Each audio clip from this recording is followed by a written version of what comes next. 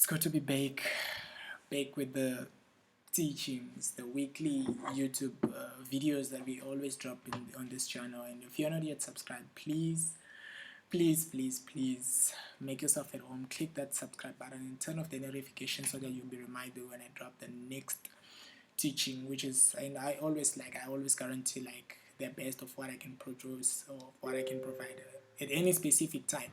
So I came like with something a little bit controversial, something a little bit different, something a little bit unacceptable, right? With some of us in here, some of the things that we used to teach in the very good old days, and most of the things is per revision, is per experience in the day-to-day trading, and we've seen these things not to be working as effective as we want them to, especially in the VIX market. As you know, I specialize in the VIX market, and I am the owner of Nice Pips Forex Group, and I've been trading like this market with you guys for the past 2 years and alone for the past 4 years, which makes like a total of like 6 good years of like trading. So I want to show you like I want to show you guys something very quick and straightforward, as well as like reducing some of the information that we may have shared together, or reducing some of the information that you may have known. As you all know, that I work with BTMM. I work with some of ICT concepts, right? And these are not like my personal methods that I brought to life, but these are concepts that were already there, like before I came into existence. Like this is a concept by Steve Mauro, and this is a concept by Michael. And these concepts, I've been using them, and they've been working efficiently. They've been working pretty efficient to me, and they've been like working very nice, and I really appreciate this for like great knowledge. But there are some things that we believe that I would want to reduce, especially when we're trading volatility.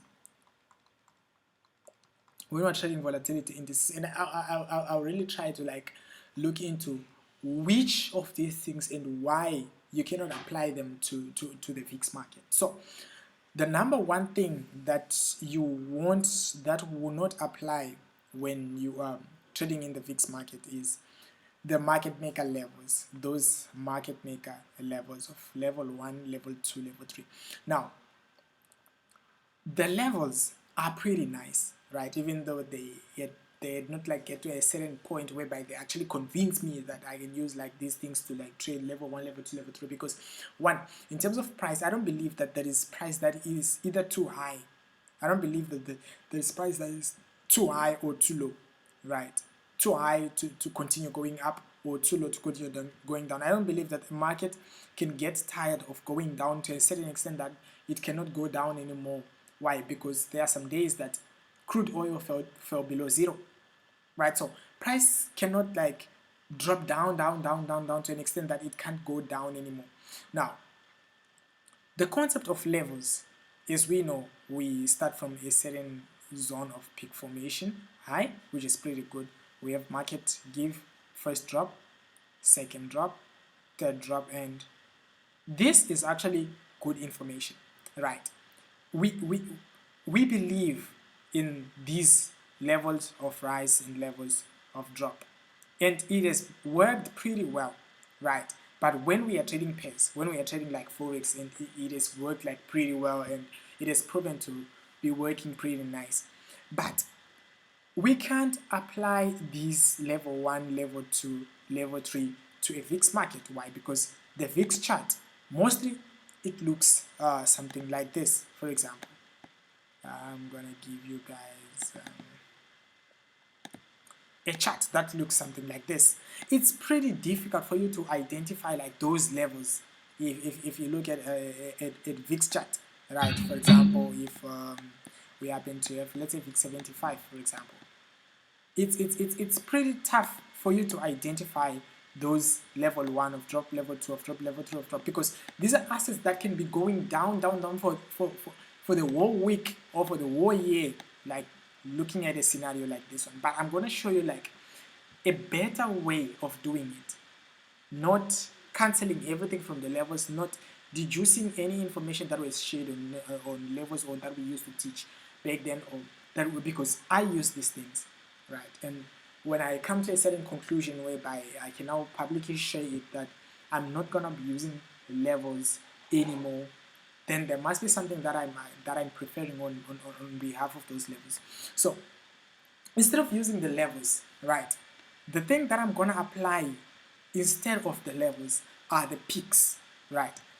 I am going with the concept of peaks, right? So we have three types of peaks. We have the peak formation high, we have the peak formation low, and we have the peak resets. Now, we have the peak resets. These are the concepts that we are going to apply from the war theory of peak formation high, level 1, level 2, level 3, peak formation low. From this war theory, we are simply going to specialize. We are just going to focus on the peak formation highs, the peak formation lows, and the resets only. And one thing that I've seen to be working pretty efficient when we are trading VIX, one thing that I've seen to be performing very well when we are trading VIX are the exponential moving averages.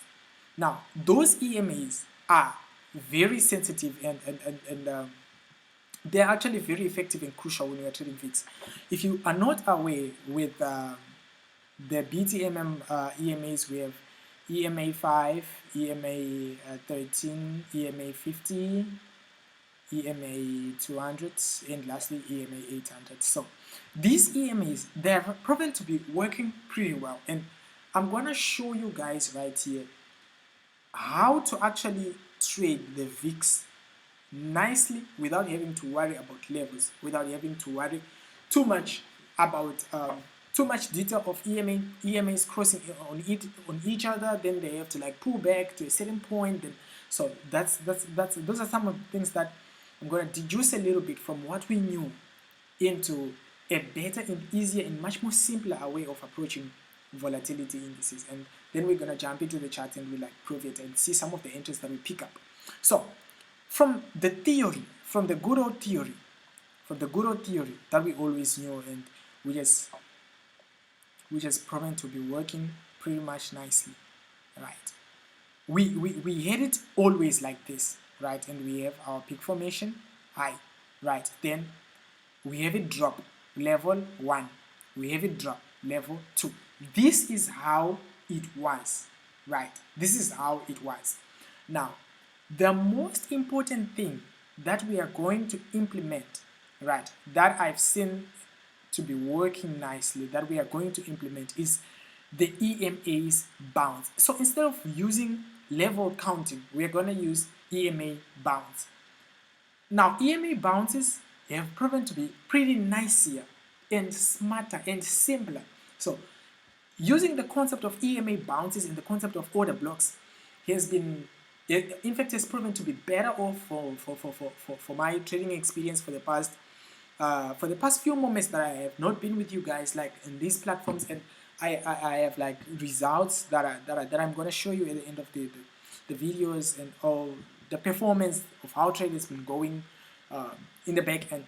Now, the importance of EMA bounces, right? It's super crucial. We have the EMA 50, we have the EMA 200, and we have the EMA 800. Now, you have to realize that when market drops, right, to a certain extent and performs a certain pattern at a 200 EMA or at an 800, this is what we refer to as a reset, right? This is what we refer to as a peak reset, and I'm gonna show you guys how to like mark up resets and all that stuff. This is what we refer to as a reset. Now, whenever price gets to a certain point where it's bouncing on an EMA, that's a special zone. That's a special zone. Now, looking into it like this, guys.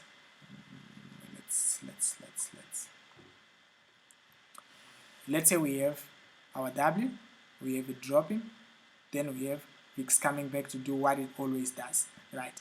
Confusion and not following the levels, right? Sometimes we can have the 200 EMA right there. So the fact that we have the 200 EMA right there, the way pattern is gonna form right here And remember, what a reset is when we have peak formation conditions before the completion of levels. When we have peak formation, so for each time that we are going to have peak formation conditions at a certain EMA bound, that is what we are going to refer to as a reset.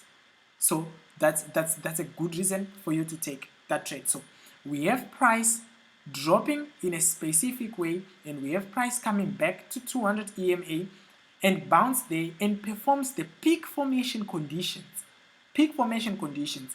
We are talking about the TDI divergence. We are talking about multi-day or multi-session M or W, right? Something like that, right? And we are also talking about like shark fin and all that stuff on the TDI. We're gonna jump into the chart, then we're gonna look into that. So when we have price bouncing on 200 EMA or on 800 EMA or on a 50 EMA, right? Then it forms peak formation conditions. Peak formation conditions, I'm talking about the pattern, that big M that with both legs, and we have price going to the up, and we have TDI going to the downside, and we have price closing. These are special zones. Mostly, those zones are right very close or very, very close to order blocks. These are zones in which they are definitely infested by a certain order block of some kind. So we're gonna do something like this on a 1 hour, then we're gonna look into how we actually get the trade in a 15-minute and a 5-minute time frame. So instead of using the level count, level 1, level 2, level 3, then you draw boxes, then you do ADRs and all that stuff, because 1, VIX is not gonna follow ADR. 2, VIX is not gonna respect level 1, level 2, level 3, drop level 1, level 2, level 3, rise level. It's not gonna respect that. VIX is not pairs. The way we do stop hunt, the way we do the pattern accumulation, manipulation, distribution in Forex, in the currency pairs, is not the same thing that we do on VIX. It's a little bit tricky, it's a little bit different. So this is what we do on a higher time frame. This is how we look into things. We cannot undergo the concept of hunting for order blocks, the concept of trying to understand the order flow. We cannot like ignore that. If you don't know how to look for the order blocks, order flow, you should go to the videos on NP Scalp. Then I'm gonna put the link in the description so that you can get access to how to actually identify order blocks and how to determine the order flow in the market. Then when you get to an H1 time frame, where we apply additional confluence, and in our case additional confluence has always been the BTMM method, we are looking for these circumstances of price bouncing on a 200 EMA or bouncing on a 50 EMA.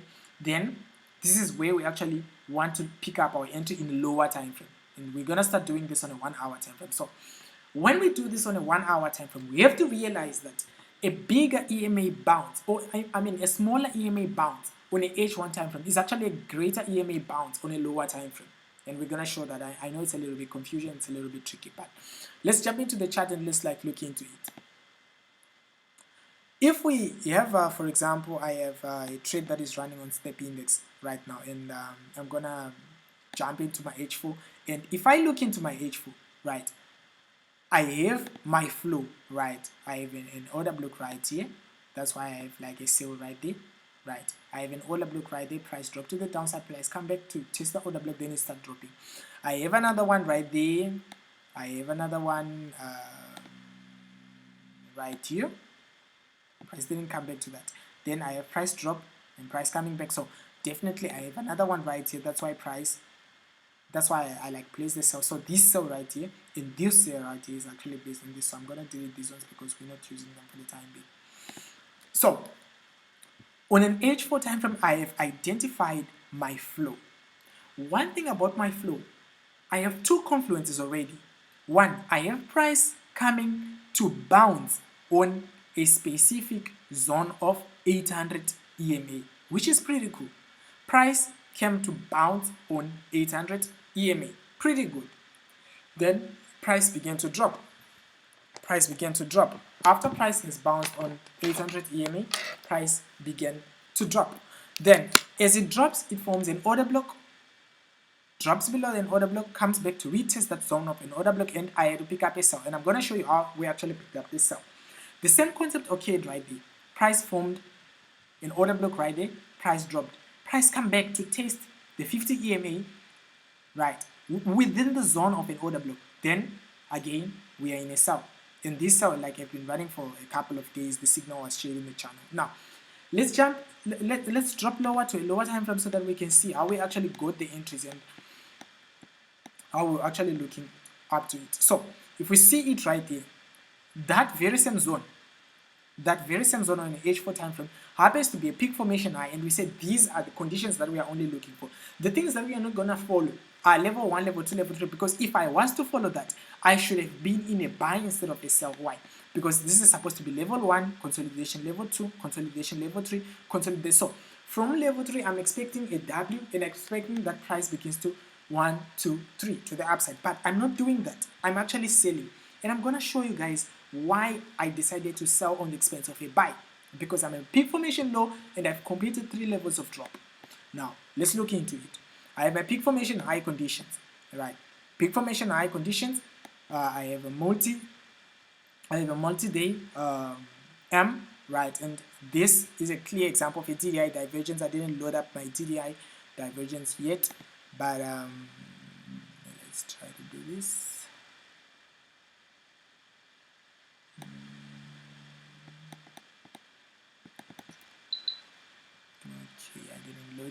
I haven't loaded it yet.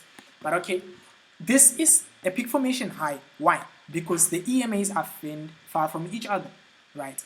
When EMAs are far from each other, which is an indication of a change in trend or a reversal in the market, right? Peak formation high, we have drop 1, drop 2, drop 3. So from the drop 3, I'm expecting price to begin to rally up. But why? I didn't rally up with it. I decided not to rally up with it, but rather to hold on to see how price is going to react. Then price comes back today. This entry was actually taken today. I'm going to show you in the channel. Price begins to rally all the way up, right? Crosses 5013, which is an indication of level 1, but still I didn't buy. I decided to go with this. Why?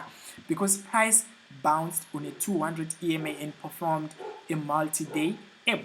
This is what we call the conditions of a peak reset.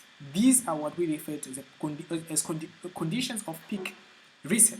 Now, because there was a peak reset, there was a bounce on 200 EMA, bounce from the downside. So I knew that price was going to bounce right here, then began to drop. The only way I would have bought was when price actually striked it through, comes back to taste it, then begins to rally up. Yes, I would have considered a buy. I would have considered this a basic peak formation low and actually buy it. Now, the condition number 2, from the things that we are going to outline, or the things that we are going to subdue, the things that we are going to minify or to remove from the usual methods of trading Forex and looking into trading VIX, is how we actually take entries on a 15-minute time frame. Now, from what we learned, we have adopted the concept of we had adopted the concept of the daily cycle. Let me show you guys if we remember.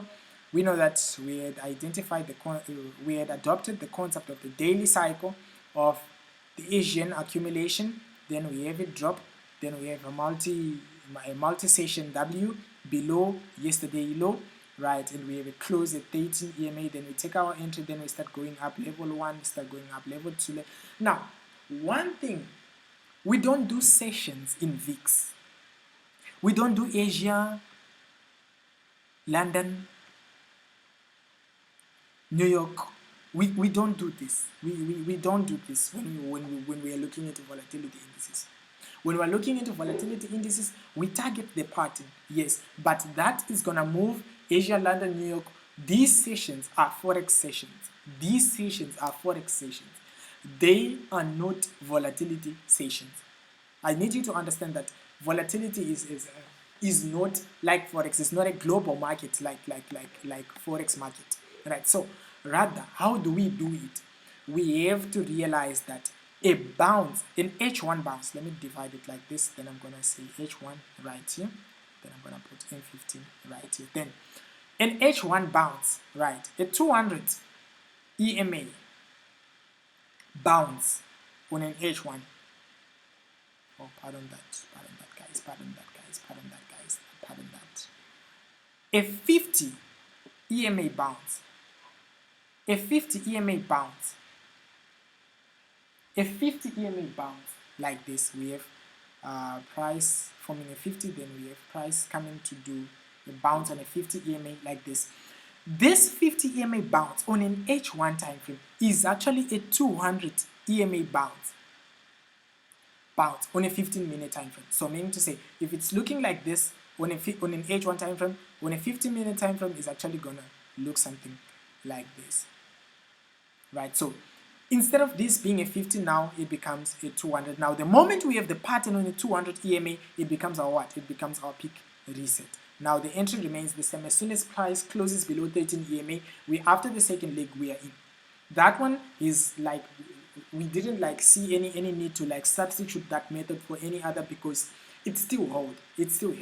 Now one thing that we learned to do, actually, like as we were doing like research and all that stuff, we learned that we identify a trend, right? We learned to identify a trend on an H1 time frame. We learned to identify a trend, and to see price always coming back to 50 EMA. We learned to identify a trend, and to see price always come back to 50 EMA on an H1 time frame. To see price always coming back to 50 EMA. This is for long-term trades, right? On a 50 EMA. For scalping trade, we learn to see price coming back to a 13 EMA. Now, because when price come back to a 13 EMA on an H1 time frame, that's 50 EMA on an M15 time frame. But we're going to talk about that on another video. Now, on a 50 EMA, we had to wait for these conditions to occur. For each time that price bounced on 50 EMA on H1 time frame, on M15, we were looking forward to see a peak reset. Then we sold again. Then we sold again. Then we sold again. Like this. So this becomes our what? Our 200 EMA. And this is how we have been trading like for the past.